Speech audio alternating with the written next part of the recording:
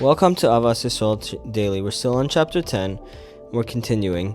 Indeed, our sages state, so said HaKadosh Baruch Hu, since the Jewish people demonstrated their hatred of conflict and love of peace through encamping at Sinai in unity, behold, the time has come for me to give them my Torah. Furthermore, the Yefet Torah writes that had the Jewish people not achieved such unity, Hashem would not have given them the Torah, and they would have to remain encamped at Har Sinai until they achieved it. This is not only a historical fact that took place when the Torah was given, it is true today as well.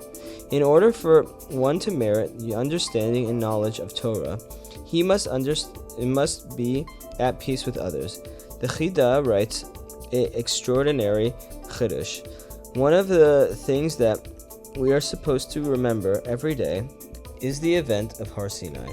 Why must we remember this historical event every day if we already have the Torah? The Chida explains, it is because we must remember that we do not receive the Torah until we were united. And we should know that today, too, one who is at peace with others will merit great blessings in his Torah study. The Maharam Chagiz cites the Zohar that states that Rabbi Shimon Bar Yochai told his students that it was in the merit of their unity and the love among them that they merited the revelation of the Torah's secrets. Therefore, one does not have a vessel able to hold blessings for Bnei Yisrael except for peace. The two most fundamental and primary goals of the Jewish people closest to Hashem in Torah study, which bring true blessing and can be attained only through the establishment of peace among them. Hence, peace is the vessel that holds all blessing.